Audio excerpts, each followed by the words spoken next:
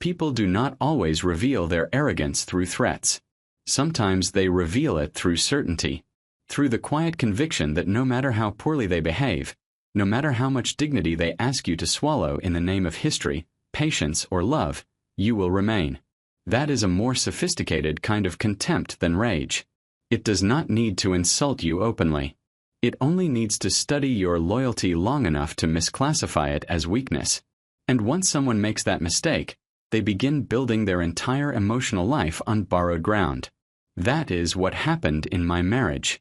For a long time, I believed explanation was a form of integrity. I thought if something mattered, if a boundary was real, if hurt had entered the room and I still wanted to save what could be saved, then a decent man owed the other person clarity. He owed them language. A clean account of what he felt, what he feared, what he hoped could still be repaired. That was one of my blind spots. Another was more flattering, which usually makes it harder to detect. I believed that because I was calm, I was difficult to underestimate. In truth, quiet men are underestimated every day. The world is full of people who mistake composure for passivity, reflection for indecision, and patience for the absence of a line. They do not understand that some men stay longer not because they are too weak to leave, but because they are strong enough to carry one more season of pain while they decide whether the thing is still worth saving. My name is Grant Ellison. I'm 48 years old, and until a little over a year ago I had been married for 16 years to a man named Luke. We lived outside Philadelphia, in one of those neighborhoods where everybody's lawn looked cut at the same angle and every house seemed to suggest a version of adulthood more stable than the people inside it actually felt. We had no children. That fact matters, though not for the obvious reason. It meant there were fewer external obligations tying us together, fewer innocent people to protect from the emotional weather, which also meant that when the marriage started changing, I had fewer excuses for not seeing it clearly. I worked in regulatory operations for a pharmaceutical supply chain company, which meant processes, deadlines, vendor risk, documentation, internal controls, and the 1,000 unremarkable things that keep more glamorous people from walking confidently into preventable disaster. I liked that work because it rewarded sequence. If something failed, there was a reason. If a gap existed, it did not stop existing because someone with a nicer voice explained around it. Reality, in that world, had standards. At home, I was slower to trust what reality was showing me because love has a way of making honorable people more interpretive than is safe. Luke worked in boutique commercial real estate branding. He was very good at rooms. That is how I would put it now. Not just charismatic in the broad sense. He knew how to make himself feel inevitable in a social space. He could be funny without looking needy, emotionally attentive without actually revealing very much, and polished without seeming to try. When I met him, I found that exciting. I was more inward, more measured, less interested in the theater of ease. He made life feel lighter. I made life feel steadier. That was the arrangement, and for a while it really was an arrangement, not an illusion. We loved each other. We built a life. We traveled. We bought a house that cost more than my instincts preferred and less than his taste desired. We buried his father. We got through my mother's long illness. We did all the things that convert romance into substance if two people are still treating each other honestly. I do not want to rewrite the early years as fake just because the later ones became painful. That would protect my ego at the expense of truth. There had been real love. That is one reason betrayal lands so heavily in middle life. It is not just that someone lies. It is that they take something once honest enough to be trusted and begin using it as cover. If I am going to tell this honestly, I have to say something about myself that does not flatter me. I was too proud of being patient. Quietly proud but still proud. I saw myself as the steadier one, the adult one, the man less likely to let mood govern the atmosphere of the house. I handled the mortgage, the insurance renewals, the emergency fund, the retirement contributions, the contractor schedules, the taxes, the filing cabinet, the ordinary architecture of adult life. I did it because I was good at it and because someone had to. But there is a seduction in being the reliable one. It allows you to feel morally solid without noticing when your reliability is being converted into someone else's emotional entitlement. You stop seeing where duty ends and self-erasure begins. Luke used to call me grounding. Later he called me steady. Later than that, in the final years, he started calling me predictable. That word did more damage than he probably realized. Predictable was never just about routine. It became his way of reducing my character to a background condition. I was not a husband with judgment, standards, and limits. I was the stable climate inside which his own emotional weather could keep changing without consequence. The first real fracture in the marriage was not another man. It was asymmetry. Luke began behaving as though his feelings had a higher moral status than mine. If he felt confined, that was meaningful. If I felt uneasy, that was anxiety. If he needed distance, that was healthy. If I needed clarity, that was pressure. I did not understand the seriousness of this at first because it arrived wearing the language of modern self-awareness. He talked about emotional spaciousness, creative fatigue, needing room to breathe, how relationships die when people confuse access with intimacy. None of those ideas are inherently false. That is what makes them so useful to selfish people. Real concepts become camouflage when a person wants the moral benefits of honesty without surrendering any of the practical advantages of concealment. I should have recognized that earlier. I didn't because I was still using the marriage's best years as interpretive authority over its current ones. I kept assuming depth where there was increasingly just appetite with better phrasing. There was another man eventually. There usually is, though I came to understand later that he mattered less than the structure around him. His name was Simon. He worked in investor relations for one of Luke's bigger development clients. I met him once at a holiday mixer. He was the sort of man who had learned that rich restraint often reads as seriousness even when it's mostly just confidence subsidized by other people's assumptions. Well-dressed, very calm, careful smile, the kind of selective attentiveness that makes restless people feel unusually visible. Luke described him at first in the lightly critical tone people often use when they want to normalize their fascination before they are willing to name it. Simon was too smooth. Simon thought in straight lines. Simon understood leverage in ways most people are too sentimental to admit. That last line stayed with me because it was more than admiration. It was ideology. I noticed the frequency of the name before I noticed the emotional gravity around it. I also noticed the usual changes. More dinners that ran late. More vague after-event debriefs. More protectiveness around the phone, not in the clumsy way people expect, but in the adult way. Carried room to room. Screen tilted away without obvious hiding. Smiles that vanished too quickly when I entered. None of it, individually, would have justified the kind of accusation I was still too proud to make without certainty. That is one of the ways decent people become slow evidence for their own betrayal. We insist on a standard of proof the liar never intends to honor voluntarily. The first time Luke explicitly tested how far he could go, it was not with infidelity. It was with dismissal. We were in bed one night, and I asked, very calmly, whether he had noticed how little of our life now seemed to happen at the same depth for both of us. I said I felt as though I was constantly explaining what ought to matter while he kept behaving like the burden of understanding belonged to me alone. He laughed softly and said, "You always think things are more serious than they are." That sentence sounds small. It wasn't. What he was really saying was that my reality had become negotiable if he found it emotionally inconvenient enough. That is a dangerous turn in any relationship. Once one person starts deciding not whether your feelings are true, but whether they are worth acknowledging, the power structure has already shifted. I responded the way I had responded too many times before. I explained. I explained what distance feels like when the person you share a bed with keeps moving away from any meaningful mutuality. I explained that asking for honesty was not the same as demanding control.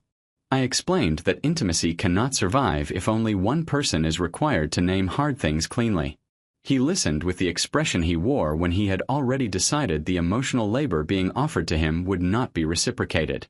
Then he said, "Grant, you're exhausting when you do this." That line mattered because it taught me something I should have learned much sooner. To someone benefiting from your patience, your explanations eventually stop sounding like care. They sound like friction. Still, I stayed. That is where I have to be most honest with myself. I stayed not only because I loved him, though I did. Not only because marriages deserve more than one hard season before being abandoned. I stayed because I still thought the right explanation at the right time could restore proportion. That is what I mean when I say I was too proud of being patient. I thought language could rescue what conduct was already dismantling. The real discovery came through something embarrassingly ordinary. Not a lipstick mark, not a hidden gift, not a screenshot. A location mismatch. Luke told me one Thursday that he had to stay late at a property event downtown because a client walkthrough had run over and the team was grabbing drinks after. He texted me around 9:30, "Still here. Don't wait up." There was nothing suspicious in the sentence itself. The problem was that our shared vehicle app, which we used mostly for maintenance alerts and tracking winter tire service, showed his car nowhere near downtown. It was parked in a residential garage in Old City. Not where his event was. Not where any of his usual team socializing happened. Just parked, still, in a private building with no business reason to include him. I stared at the map for a long time. What embarrassed me later was not that I saw it. It was how quickly I still began helping him. Maybe valet overflow. Maybe app lag. Maybe a rideshare transfer. That is what self-protective intelligence sounds like at its most dangerous. It does not deny what is obvious. It merely keeps inventing softer possibilities so you can remain the kind of person who does not rush into ugliness. He came home close to midnight, smelling like citrus cologne and hotel soap. He kissed my temple and said, "You should have gone to bed." I looked at him and said, "I thought you were downtown." There was the pause. Small, but definitive. Then, I was. Ended up at Simon's place after with a few people to keep talking. That was my first clean proof that he now thought half-truths were a sufficient substitute for honesty. Not because Simon's place was impossible. Because the sentence had the careful incompleteness of someone buying time in a story whose full shape he still assumed he controlled. I did not confront him then. That decision changed everything. If I had confronted him immediately, he would have had access to my hurt, and hurt is very usable to manipulative people. He would have narrowed the context, accused me of overreading, reframed proximity as friendship, and most importantly, forced me into the role he increasingly expected of me. The man explaining why this mattered while he decided how much of that seriousness to tolerate. I was done with that role before I consciously knew I was done with the marriage. So I went quiet. Not passive. Quiet. Over the next several weeks I watched carefully. Charges, patterns, timing, changes in his language, the increasing emotional brightness around Simon's name, the fact that he stopped referring to certain evenings as work at all and instead began talking about needing room from domestic heaviness. That phrase almost made me laugh. Domestic heaviness. What he meant was the ordinary moral weight of a life shared with someone who still expected truth to mean something. I met with an attorney named Claire Donnelly before I said anything more to him. She was in her 60s, exact, dry, and completely unimpressed by the polished emotional language adults use to launder their selfishness. I laid out the timeline, the location mismatch, the account patterns, the repeated partial truths, and, most importantly, the way Luke seemed to assume my desire for clarity made me emotionally inferior rather than simply harder to deceive. Claire listened and said something that sharpened the whole thing for me. He thinks you'll keep explaining because you still want the marriage more than he respects it. That was exactly right. Luke did not merely think I wouldn't leave. He had built his confidence on it.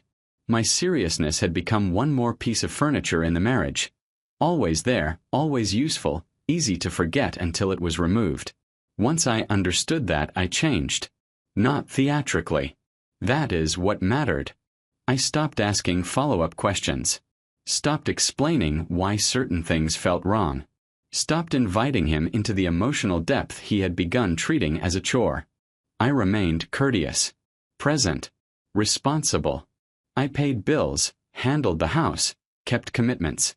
But I withdrew one essential thing. Explanation. That unsettled him immediately. The first time he noticed, he framed it as mood. "You've been weird lately," he said one night while setting his phone face down on the counter. I said, "No. I've just stopped repeating things you already understand. That landed harder than any accusation could have, because it told him I no longer believed confusion was the issue. A week later, he tried something else. He came home unexpectedly warm, made dinner reservations for a place I liked, and spent most of the evening behaving like the earlier version of himself, the one who had once felt alive in a way that made my steadiness feel complimentary rather than burdensome. It almost worked, not because I believed him, but because memory is persuasive when performed well. On the drive home, he reached for my hand and said, "See? This is what happens when you stop making everything into a crisis." I remember looking out the window and realizing how clearly I now saw the structure. He did not want mutuality. He wanted relief from consequence. He wanted the old safety restored without the old honesty returning with it. My explanations used to give him something to push against. My silence gave him nothing to manage.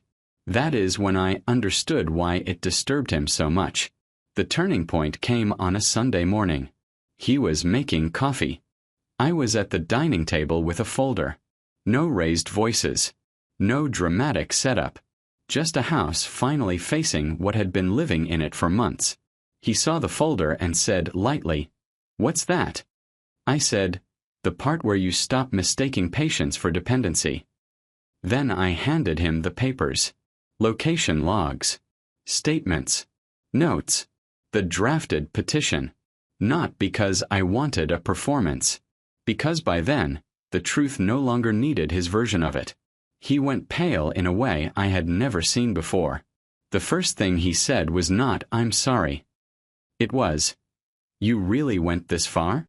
That question told me everything. Even then, his instinct was not to ask what he had done. It was to measure how far outside the role he had assigned me I had stepped without asking permission. I said, "You thought I'd never leave because I kept explaining. You confused effort with surrender." That was the moment the truth was fully revealed. Not merely that there was another relationship. Not merely that Simon existed in ways Luke had been editing for months. The deeper truth was that Luke had mistaken my willingness to keep naming the damage for evidence that I lacked the will to stop absorbing it. In other words, he thought my commitment to communication was proof that the marriage had more power over me than my own standards did. He was wrong. The conversation that followed was strangely calm. He tried the usual things. Emotional complexity. Loneliness. Feeling unseen. Claiming Simon had brought out parts of him he had lost in our life together. Some of that may even have been sincerely felt. Betrayers often are sincere about their dissatisfaction. What they are not sincere about is the moral hierarchy they build around it. Then came the line that confirmed the whole lesson. "I didn't think you'd actually do this," he said. Not because he thought I loved him too much. Because he thought I defined myself through saving what he was willing to spend. That is a different, colder kind of arrogance. The separation that followed was not dramatic. Most adult endings are not. It was paperwork, timing, the quiet humiliation of dividing shared objects and shared routines, the administrative flattening of what had once been a living thing. Simon, predictably, became less impressive once the relationship had to survive ordinary daylight rather than borrowed intensity. That did not surprise me. People built for contrast usually shrink once they have to become content. What stayed with me much longer was the lesson about explanation. About how often decent people keep speaking long after speech has stopped being honored. About how much false power some people build on the assumption that your effort to communicate means you cannot survive the loss of what you are trying to save. Luke thought I'd never leave because I kept explaining, kept clarifying, kept trying to create one more chance for honesty to enter the room before I closed the door. He mistook that for weakness. It wasn't weakness. It was respect. For the marriage, for the history, for the possibility, however small it had become, that truth might still matter enough to rescue something. But once truth no longer mattered equally to both of us, explanation became a kind of unpaid labor on behalf of my own mistreatment. That is why I stopped. A year later, after the divorce was final and the house had been sold, we ran into each other at a mutual friend's gallery opening. He looked older, though not in a dramatic way. just less certain of the emotional authority he used to wear so naturally. At one point, standing near a wall of abstract paintings neither of us actually cared about, he said quietly, "I thought you needed the marriage more than you needed to be right." I looked at him and said, "That was your mistake. I needed the truth more than I needed your version of peace." That is the message I carry now. Not that leaving makes you strong. Plenty of people leave for weak reasons. Not that silence is always wisdom. Sometimes silence is fear. But there is a point in certain relationships where explaining yourself becomes one more service you are providing to someone who has already decided your clarity is less valuable than their comfort. When that happens, stopping the explanation is not cruelty. It is recognition. If there is anything worth understanding from my story, it is this. Some people only believe in your limits once they can no longer hide inside your patience. They confuse your willingness to try with your inability to walk away. They mistake the grace of being explained to for the guarantee of being kept. And when you finally stop translating your pain into language they can manage, the truth reveals itself very quickly. Not because you won. Because for the first time, they are standing in front of reality without your help.